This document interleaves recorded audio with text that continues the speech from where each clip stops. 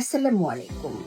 আজকে একটু কথা বলবো অ্যানকাইলোজিং স্পন্ডাইলাইটিস নিয়ে। অ্যানকাইলোজিং স্পন্ডাইলাইটিস খুব কমন একটি ডিজিজ কন্ডিশন এবং প্রায়ই আমরা শুনতে পারি যে অ্যানকাইলোজিং স্পন্ডাইলাইটিস হয়েছে, তার ডায়াগনোসিসটি কনফার্ম হয়েছে।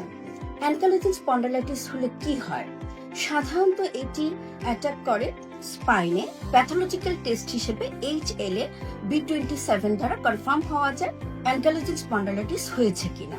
HLA B27 পজিটিভ আসলে যে আমরা 100% কনফার্ম হয়ে যায় যে তার অ্যানকাইলোজিং স্পন্ডাইলাইটিস হয়েছে তা নয়, কিন্তু সাধারণত গবেষণা তাই বলে।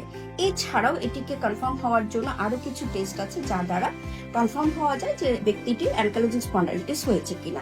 আমরা একটু জেনে নিব অ্যানকাইলোজিং স্পন্ডাইলাইটিস বেশি কাদের হয়। গবেষণায় দেখা গেছে অ্যানকাইলোজিং স্পন্ডাইলাইটিস পুরুষদের বেশি হয় এবং এর বয়সসীমা 16 থেকে 45-এর মধ্যে হয়। এরপরে সাধারণত হয় না, তবে 16 বছরের আগে অনেক সময় দেখা দিতে পারে। আমরা একটু জেনে নেব যে কি ধরনের সাইন সিমটমস দেখা দেয়।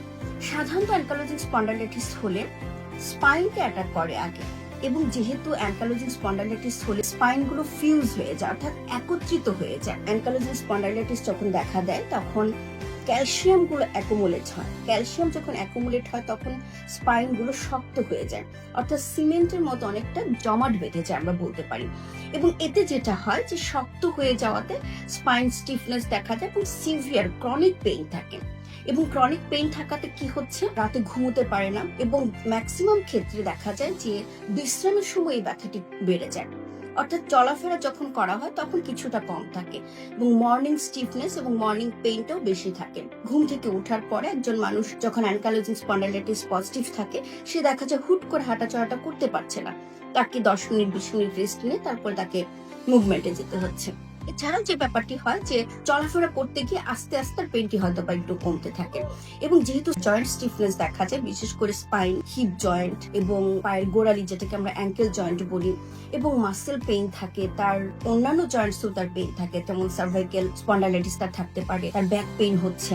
এবং আরেকটি মজার ব্যাপার হচ্ছে যে যাদের অ্যানকাইলোজিং স্পন্ডাইলাইটিস পজিটিভ থাকে তাদের চোখ লাল হয়ে থাকে। অর্থাৎ কিছু সিমটমস আছে যে একটু ব্যতিক্রম, সেগুলো দেখেও আমরা আসলে বলতে পারি যে অ্যানকাইলোজিং স্পন্ডাইলাইটিস এর কোন সিমটমস গুলো তার ভিতরে আছে।